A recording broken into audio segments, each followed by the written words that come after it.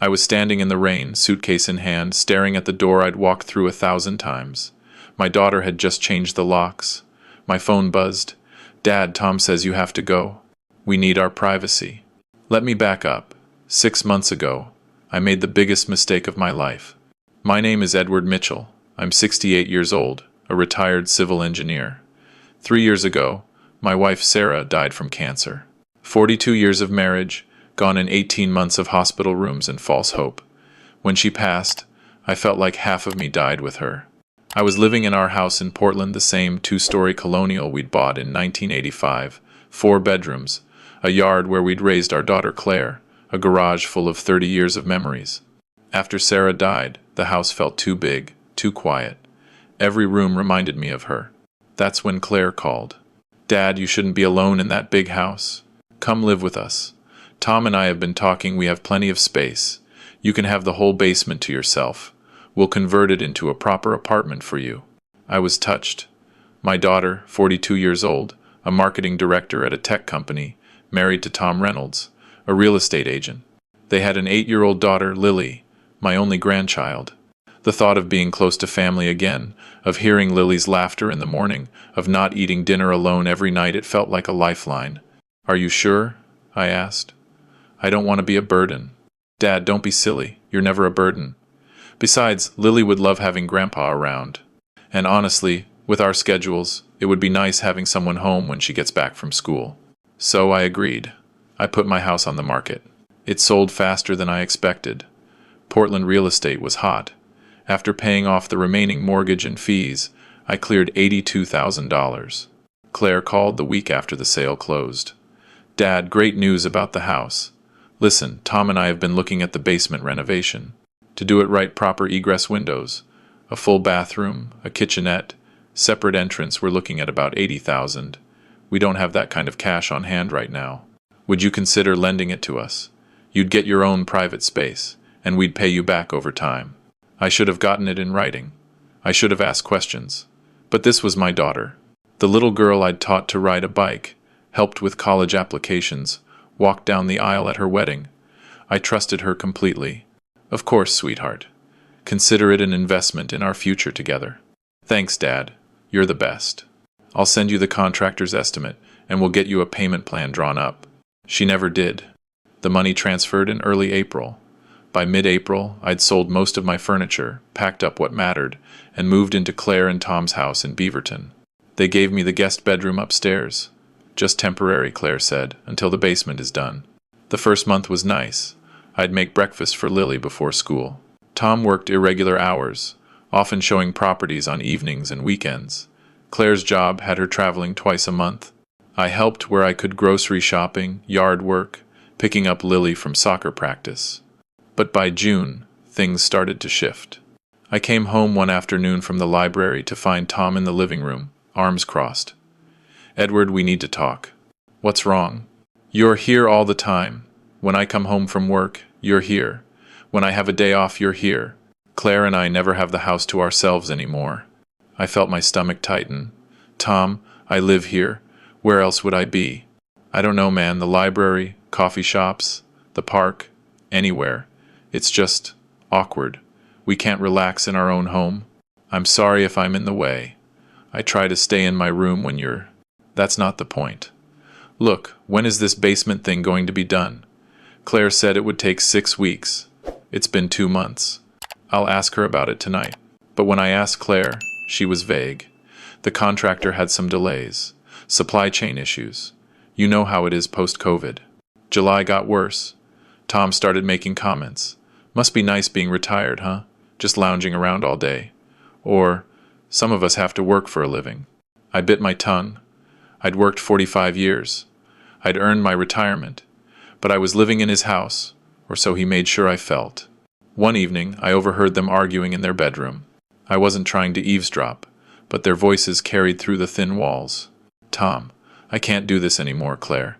He's always here, always in the kitchen, always in the living room. I feel like I'm living with a tenant. Claire, he's my father, Tom. Tom, he's got 80 grand. He can get his own place. Claire, we used that money for the basement. Tom, we used that money for the refinance. And it was a good investment. Our equity went up $40,000. My blood went cold. Claire, keep your voice down. Tom, I'm just saying we need to set some boundaries. Or better yet, maybe he should find somewhere else to live. He can afford it. I couldn't sleep that night. The next morning I asked Claire directly, Honey, about the basement renovation. Can I see the contractor's invoices? I'd like to know where we are in the process. She hesitated. Why do you need to see that? Because I paid for it. I just want to understand the timeline. Dad, it's being handled. Don't worry about it. I'm not worrying. I'm asking. Her jaw tightened. I don't have time for this right now. I'm late for a meeting. That afternoon I went to the county assessor's website, Public Records. I looked up Claire and Tom's property. Recent transactions showed a refinance completed in May, 1 month after my money transferred. The loan amount suggested they'd pulled out equity. A lot of equity. I felt sick. That weekend, Lily solved the mystery for me. Sweet, innocent Lily, who still believed grown-ups told the truth. We were in the backyard, tossing a frisbee. She missed a catch and it landed near the patio, where Tom and Claire were having drinks with another couple. As Lily ran to get it, I heard Tom say, Finally got the old man's money out of him. Put 20 down, pulled out 40. Best decision we ever made. The other man laughed. What about him living here? Claire's voice. We're working on that. Tom's right, we need our privacy. Lily came running back, frisbee in hand, oblivious. But I stood there, frozen, watching my daughter laugh with her friends about scamming her own father. That night, after everyone went to bed, I went down to the basement. No renovation, no contractor, no materials. Just the same unfinished space. It had always been: concrete floors, exposed studs, a water heater and furnace. $82,000. Gone. Monday morning, I called a law firm. I need to speak to someone about elder financial abuse. The paralegal who answered must have heard this story before. She got me an appointment for that afternoon with Martin Reeves, a partner who specialized in family law and elder rights. Martin was in his 50s, professional but warm. I told him everything. He took notes, asked questions, listened carefully. Do you have any documentation? He asked. I have the bank transfer. It shows $82,000 from my account to theirs with a note that says basement renovation. That helps, but it's not conclusive. Did she ever email you about this? Text messages? Anything in writing? I pulled out my phone. Let me check. I scrolled through months of texts. Most were mundane grocery lists, Lily's schedule. Then I found it. An email from early April, right before the transfer.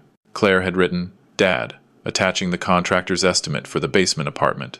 Total is $79,500 for everything: egress windows, full bath, kitchenette, flooring, drywall, electrical, plumbing.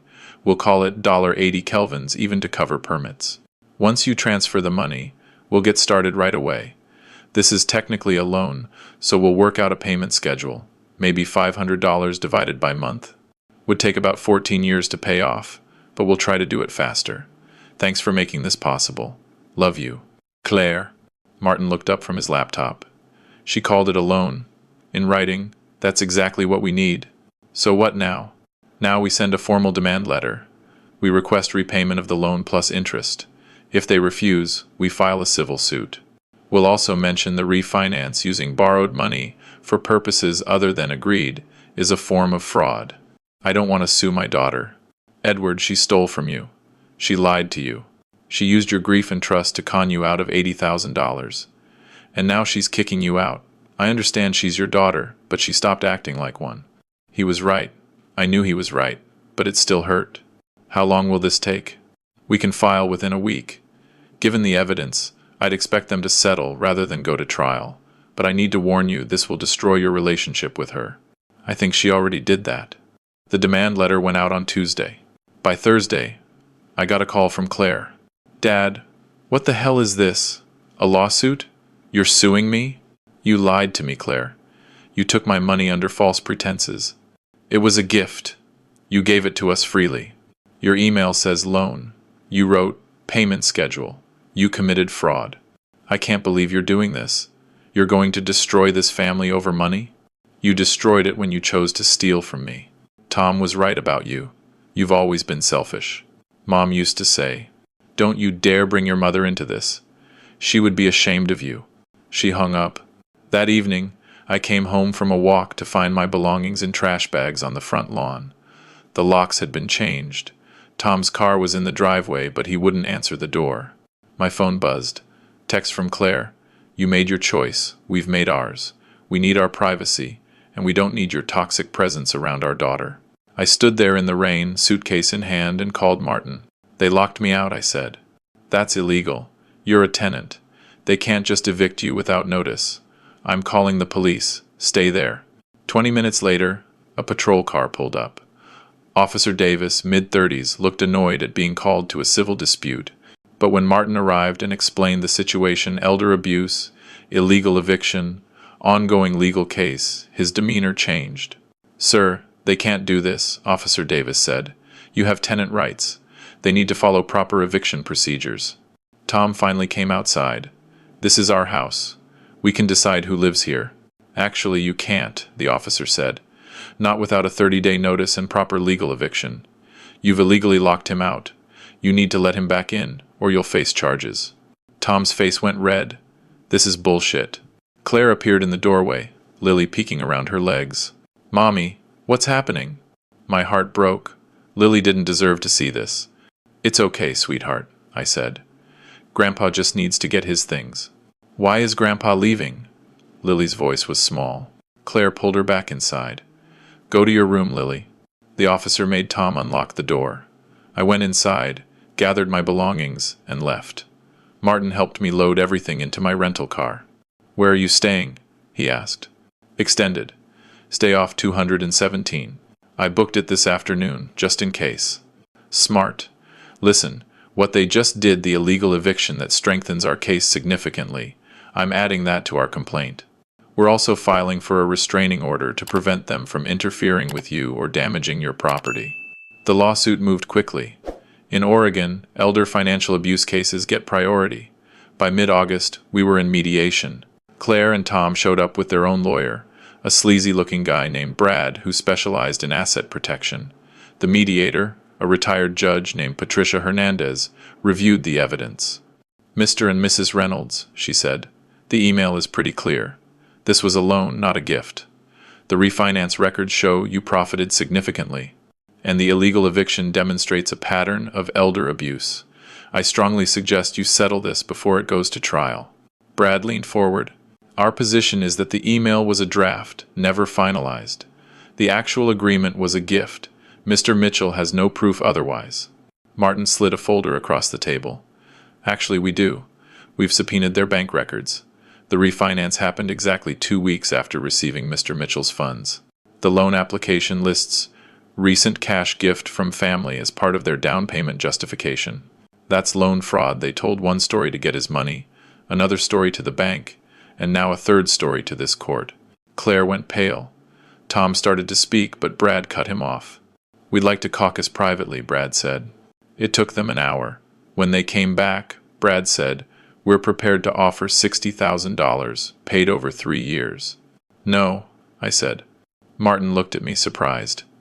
Edward? No. $82,000 plus interest. That's 14% annual, compounded. Comes to $93,400, plus my legal fees, which are currently at $12,000. Total, $105,400. Paid in full within 90 days. Or we go to trial and I push for criminal charges. That's ridiculous, Tom said. Is it? I looked at him. You stole from me. You lied to me. You kicked me out of your house illegally. You've alienated me from my granddaughter. This is me being generous. Patricia nodded. Given the evidence, a jury would likely award more, plus punitive damages. Your clients committed fraud against a vulnerable senior citizen. The optics are terrible. Brad whispered to Claire and Tom. They argued. Tom's face was red. Claire was crying. Finally, Brad said, we need to discuss with our financial advisor. You have 48 hours, Martin said. After that, we file criminal complaints and proceed to trial. They settled. $90,000 plus legal fees paid in 60 days. They took out another loan to cover it. But I added one more condition. Supervised visitation with Lily, once a month, in a neutral location. They tried to refuse, but Patricia said, you've already committed elder abuse. If this goes to trial and you're preventing the grandfather from seeing his grandchild, the court can order supervised visitation anyway. Take the deal. They took it. The money came through in October. I used it to buy a small condo in Northwest Portland, 1 bedroom, perfect for me, near public transit and Powell's Books. I furnished it simply. I didn't need much. The first Saturday of November, I met Lily at a park in Lake Oswego. A social worker named Angela was present, as ordered by the settlement. Lily ran to me, hugging me tight. "Grandpa, I missed you so much." "I missed you too, sweetheart. Why don't you live with us anymore?" I knelt down, looked her in the eyes. Sometimes grown-ups make mistakes, and sometimes those mistakes mean things have to change. But I want you to know that I love you very much, and that will never change. Do Mommy and Daddy love you? My throat tightened. I think your mommy loves me, but sometimes love gets complicated. The important thing is that you're loved, you're safe, you're surrounded by people who care about you. Will you come to my soccer games? I looked at Angela. She nodded. If your parents allow it, I would love to. We spent 2 hours together. We threw the frisbee, got ice cream, talked about school and her friends and her new obsession with Harry Potter. When it was time to go, she hugged me again. "See you next month, Grandpa?" "Absolutely." Claire picked her up. She wouldn't look at me. She looked older, tired. Tom wasn't with her. "Claire," I said. She stopped, didn't turn around. "I hope someday you'll understand why I did this. I didn't want to hurt you. I wanted you to take responsibility." She got in the car without responding. Angela walked with me to my car. "How are you holding up?" "Better than I expected. I have my own place. I have my dignity back.